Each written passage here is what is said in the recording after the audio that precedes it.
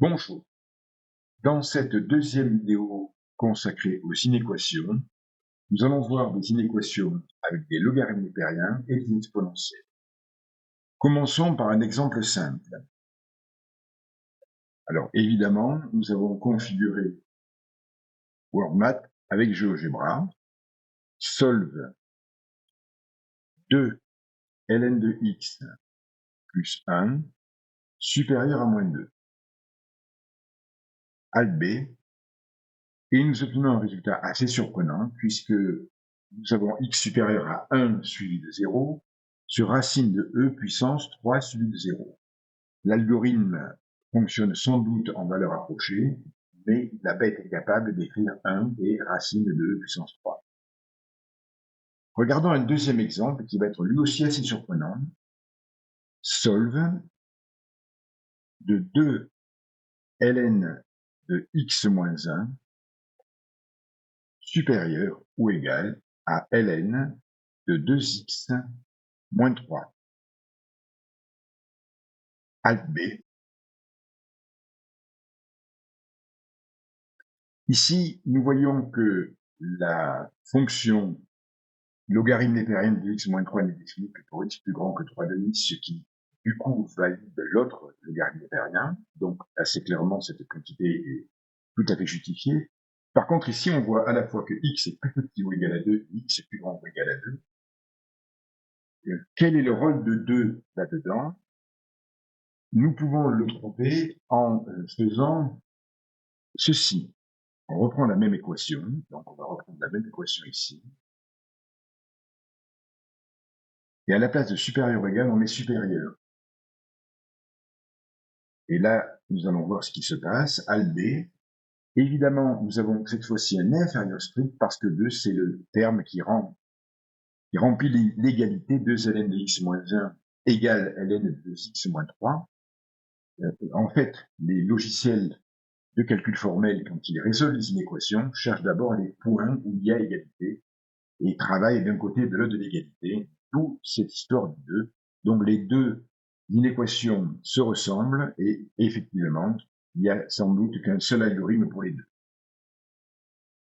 Regardons une troisième équation, cette fois-ci beaucoup plus classique, solve de 2 ln de x moins 1 inférieur ou égal à ln de 2x plus 3. Alt B.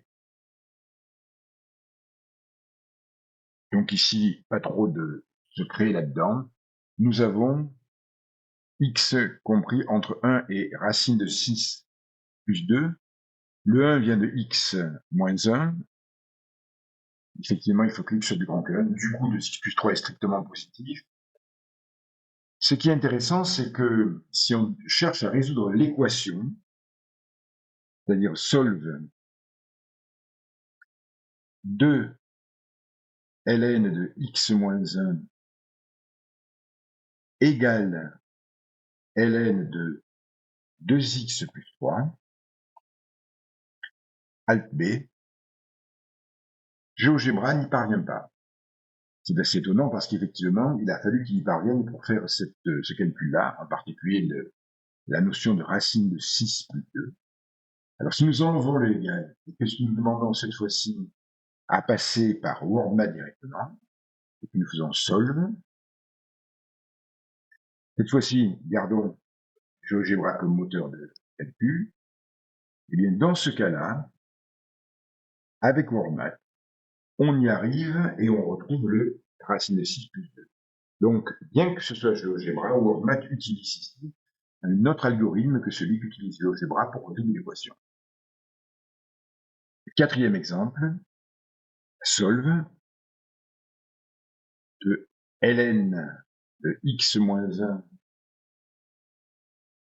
plus grand ou égal à ln de 1 moins x. Bien là, il n'y a aucune surprise. Et évidemment, cette équation n'a aucune solution, puisque x moins 1 et 1 moins x ne peuvent pas être positifs simultanément. Autre exemple encore, cette fois-ci un peu différent, assez proche de celui-ci quand même. solve de ln de x moins 1 supérieur ou égal à ln de 1 moins x au carré, al b. Et là, nous trouvons x compris entre 1 et 2. C'est tout à fait normal, puisqu'effectivement, il n'y a plus tout à fait la même interdiction. Continuons avec les logarithmes, cette fois-ci avec des logarithmes dans une base différente. Par exemple, solve de logarithme en base 3, donc underscore 3, entrée, l'espace, x carré plus 1, supérieur à 2, alt b. On trouve cette quantité-là, vous pouvez le vérifier facilement en passant par ln de x sur ln de 3, on trouve tout à fait ce résultat-là. Autre exemple, en base 10, cette fois-ci un logarithme décimal, solve log en base 10 de x plus 5 inférieur ou égal à 1, alt b encore, et nous avons comme résultat x compris entre moins 5 et 5, le moins 5 interdit évidemment. Voilà pour les équations purement logarithmiques, on en retrouvera tout à l'heure quelques-unes. Maintenant passons avec des exponentielles, solve de exponentielle de 3x plus 1 supérieur à 2, al b. Le principe est assez simple, on passe au logarithme et ensuite on tombe sur une équation affine, il n'y a aucun problème. Solve de exponentielle de 3x plus 1 supérieur à moins 2. Là, il n'y a aucune difficulté aussi, al b, mais la sortie est un peu étrange. GeoGebra rend x égale x, ce qui veut dire en fait r. Donc tous les réels sont solutions, nous le savons, l'exponentielle étant toujours strictement positive, elle est plus grande que moins 2.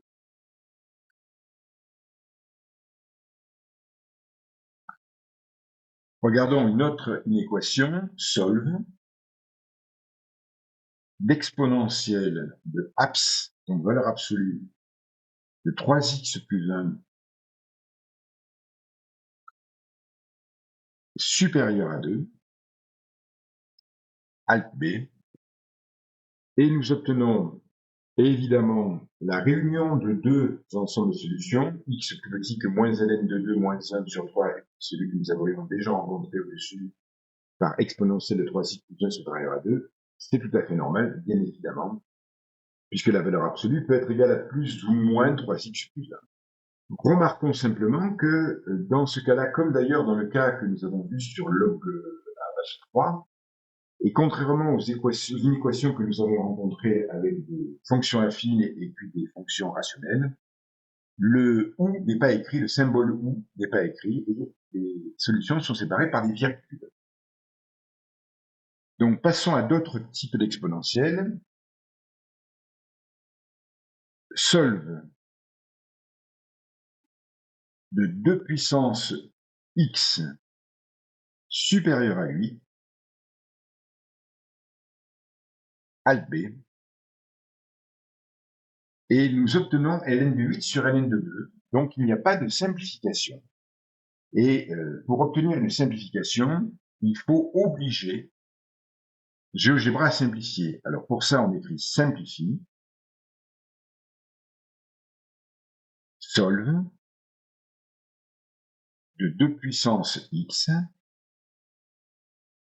supérieur à 8, donc on le fait avant, et alt b, on obtient bien sûr x plus grand que 3, qui est donc bien égal à ln de 8 sur ln de 2, mais GeoGebra ne simplifie pas automatiquement les logarithmes, n'est pas rien, contrairement à ce que peut faire Maxima.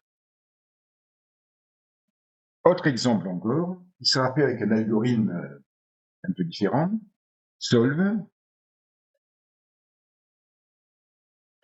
de 3 puissance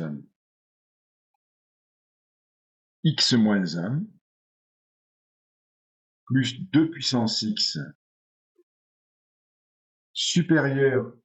inférieur ou égal à 20, par exemple,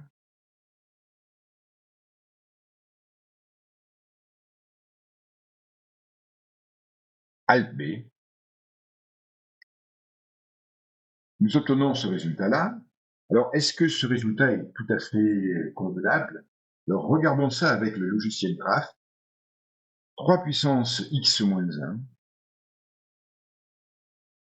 plus 2 puissance x moins 20. Alors, on peut faire tracer avec différents logiciels, c'est une égalité, c'est une fonction, il n'y a aucun problème pour faire tracer avec n'importe lequel des logiciels embarqués dans WordMath. Donc, prenons graph par exemple, parce que nous en reparlerons beaucoup avec les inéquations concernant des fonctions trigonométriques. Donc, graph va nous permettre de tracer la fonction. Là, voilà. Et donc, on remarque, si on agrandit la fenêtre, si on fait un zoom, on remarque qu'effectivement, vous avez affaire à une fonction croissante qui, effectivement, coupe l'axe des abscisses en un point, qui est le point que nous avons là. Donc, voilà. On peut en rester là. On peut effacer cette fenêtre de graphe. On n'en a pas besoin pour le moment. Par contre, si j'écris par exemple solve de 3 puissance x moins 1 plus 2 puissance x inférieur ou égal à 3, alt b, cette fois-ci, la valeur est exacte, c'est 1, et donc nous avons directement la solution de l'équation. Autre exemple qui sera intéressant, nous en reparlerons après, c'est solve de e puissance x inférieur ou égal à 5x. Le résultat est déroutant, alt b, avec la fonction Lambert W, dont nous reparlerons, fonction importante, et voilà, cette écriture-là n'est pas utilisable directement, mais nous essaierons de comprendre en quoi elle est importante pour la suite également, parce que nous retrouverons cette écriture dans d'autres situations. Terminons par des cas particuliers. On revient au logarithme népérien, solve de ln de x plus petit ou égal à x, alt b, on trouve x strictement positif qui vient seulement de ln. Nous savons que c'est vrai, d'ailleurs nous savons de ln de x plus petit ou égal à x moins 1 et vérifier sur tous les réels strictement positifs, alt b, ce que confirme le résultat. En fait, il s'agit ici de la concavité du logarithme népérien qui est donc telle que sa courbe est au-dessous de la tangente. Nous avons déjà rencontré cette double notation qui vient du fait que l'algorithme cherche d'abord les solutions de l'équation ln de x égale x moins 1. Remarquons que c'est pas tout à fait la concavité qui est à l'œuvre, parce que si j'écris solve de ln de x inférieur ou égal à 1 demi de x moins 2 plus ln de 2, ce qui devrait être vérifié pour tous les réels, eh bien, GeoGebra n'est pas capable de le vérifier et il nous rend rien. Autrement dit, il rend quelque chose avec un point d'interrogation et il nous dit qu'il ne sait pas le faire. Par contre, si l'on écrit solve de ln de x sur 2 inférieur ou égal à 1 demi de x moins 1, ALB, eh bien la GeoGebra va savoir régler l'équation. Nous disons qu'elle est vraie sur R étoile plus, parce que il fera un changement de variable y égale x sur 2, et il se ramènera à l'équation que nous avons vue un peu plus haut. Si nous passons donc avec toujours l'idée de la concavité à solve d'exponentielle de x plus grand ou égal à x plus 1, ALB, nous trouvons un résultat que nous avons déjà rencontré encore une fois, c'est R, mais avec 0 d'un côté, 0 de l'autre, puisqu'il a résolu l'équation, et c'est le 0 qui est important. Si nous aurions strictement le 0 était exclu.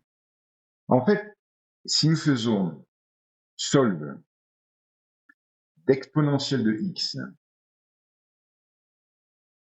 plus grand ou égal à x plus 2, alt b, nous allons voir réapparaître la fonction Lambert W. En fait, nous pouvons penser que même dans l'équation précédente, solve d'exponentielle de x supérieur ou égal à x plus 1, ce que fait GeoGebra, c'est qu'il applique la même chose que celle, voyons au-dessous, qui se ramène chaque fois à la fonction Lambert W, et qui est seulement dans ce cas-là, un moins Lambert W de moins 1 sur E moins 1, Lambert W de moins 1 sur E est égal à moins 1, ça fera moins, ça fera plus, avec un plus 1, avec un moins 1 à côté, ça fera 0. Et voilà pourquoi on trouve 0. On peut penser que GeoGebra n'a qu'un seul algorithme par rapport à ce type d'inéquation, c'est l'utilisation de Lambert W, qui dans certains cas nous donne des choses beaucoup plus simples. Merci.